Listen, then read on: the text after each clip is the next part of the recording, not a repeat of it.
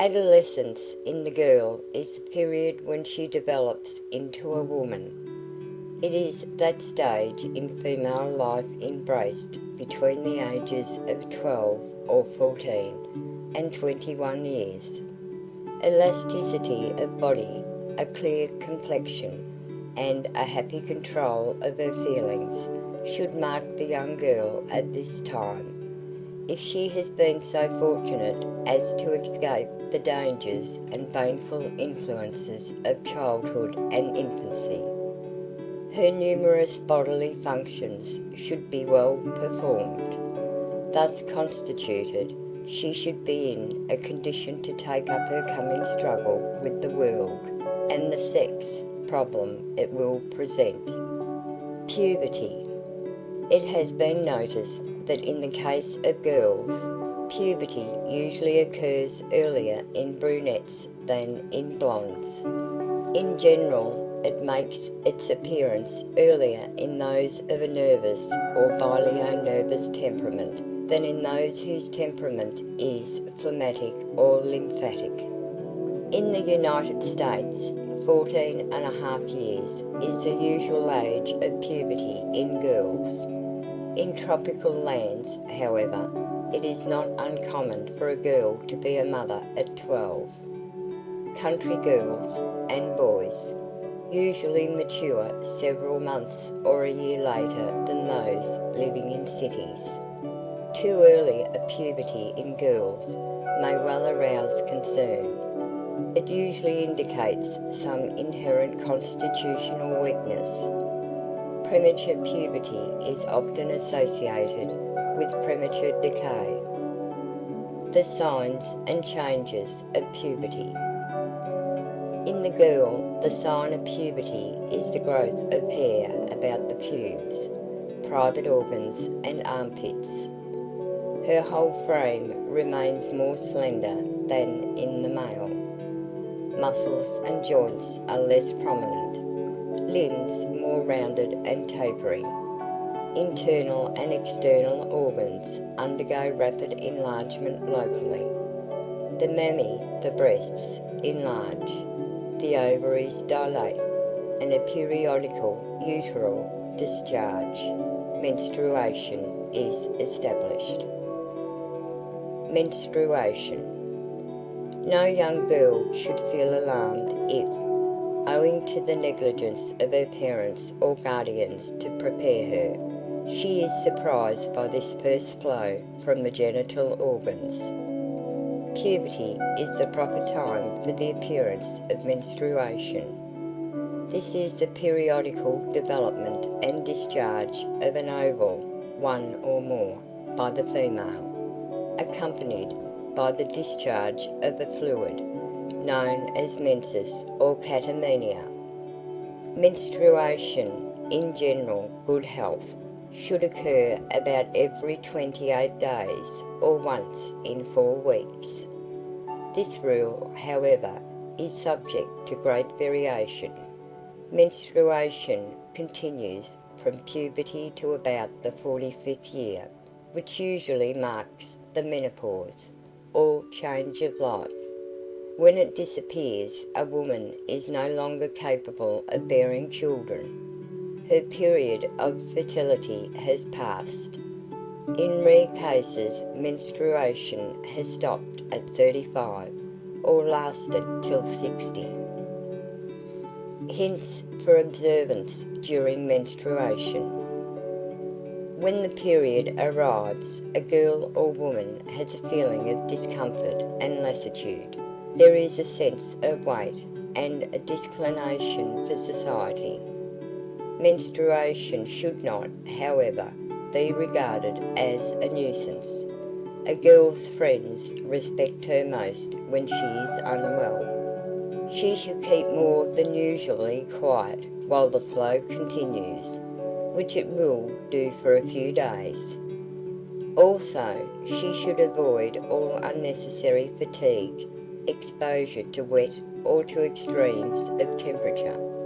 Some girls are guilty of the crime of trying to arrest the menstruation flow and resorting to methods of stopping it. Why? In order to attend a dance or pleasure excursion. Lives have been lost by thus suppressing the monthly flux. Mothers should instruct their daughters when the menses are apt to begin and what their function is. During menstruation, great care must be taken in using water internally. A chill is sufficient to arrest the flow. If menstruation does not establish itself in a healthy or normal manner at the proper time, consult a physician in order to remove this abnormal condition. Any disturbance of the delicate menstrual functions during the period by constrained positions, muscular effort, brain work, and mental or physical excitement is apt to have serious consequences. Continence and the young adolescent girl. Continence is, as a rule, more easily observed by the adolescent girl than by the adolescent youth. Ordinarily, the normal young girl has no undue sexual propensities, amorous thoughts or feelings, though she is exposed to the danger of meeting other girls who may be lewd in thought and speech, in the houses of friends or at school. She is not apt to be carried away by their example. Yet even a good, pure-minded young girl may be debauched, especially during adolescence. The easy observance of natural continence depends greatly on the proper functioning of the feminine genital organs. These may be easily disturbed. The syringe used for injections for so-called purposes of cleanliness is in reality a danger. The inner organs are self-cleansing. Water or other fluids cast into them disorder the mucous follicles and dry up their secretions, preventing the flow out of some nature's necessities. A daily washing of the inner organs for a long period with water also produces chronic leukorrhea. Why young girls fall. Lack of proper early training, abnormal sex instincts, weak good nature, poverty, all may be responsible for a young girl's moral downfall. As a general thing, right home training and home environment and same-sex education will prevent the normally good girl from going wrong. It should be remembered, though, that a naturally more gentle and yielding disposition may easily lead her into temptation. Girls who are sentimentally inclined should beware of giving way to advances on the part of young men, which have only one object in view, the gratification of their animal passion. The holding of hands and similar innocent beginnings often pave the way for more familiar caresses, passionate kisses. The promiscuous kiss, by the way, may be carrier of that dread infection, syphilis, violently awaken a young girl's sex instincts. The fact is that many innocent girls idealize their seducers.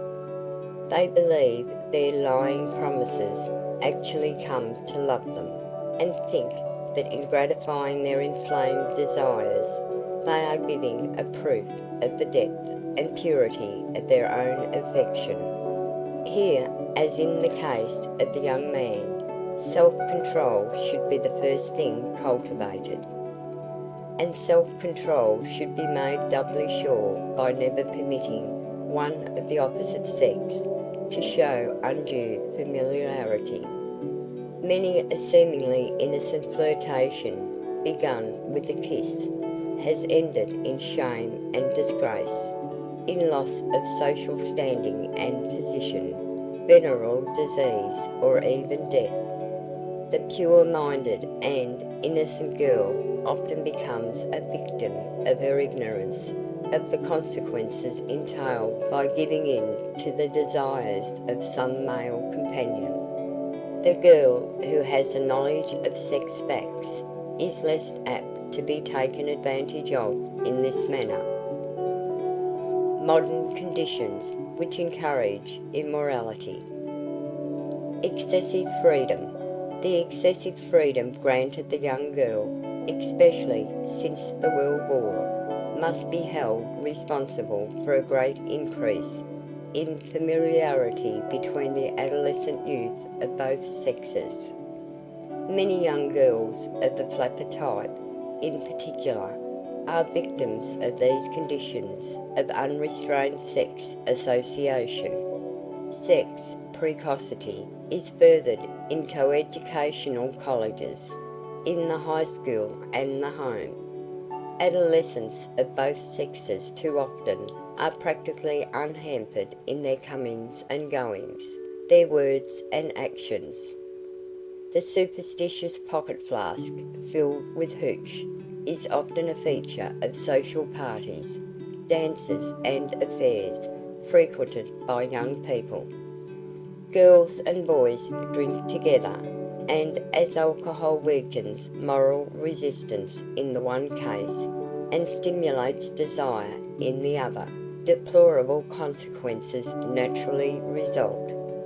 In the United States, the number of girls sent home from colleges and of high school girls being privately treated by physicians to save them from disgrace is incredibly large. Parents who do not control the social activities of their daughters, who permit them to spend their evenings away from home with only a general idea of what they are doing or whom they are meeting, need not be surprised if their morals are undermined. The auto. The advent of the automobile is responsible for an uneasy and convenient manner of satisfying precociously aroused sex instincts in young girls and boys. Often unconscientious pleasure seekers roam the roads in their auto. They accost girls who are walking and offer them a lift. When the latter refuse to gratify their desires, they are often beaten and flung from the car. The daily press has given such publicity to this civilized form of head hunting that it is difficult to sympathize with girls who are thus treated. They cannot help but know that in 9 cases out of 10, a stranger who invites them to a ride, who picks them up, does so with the definite purpose already mentioned in view. Poverty. Poverty too plays a large part in driving young girls into a life of vice.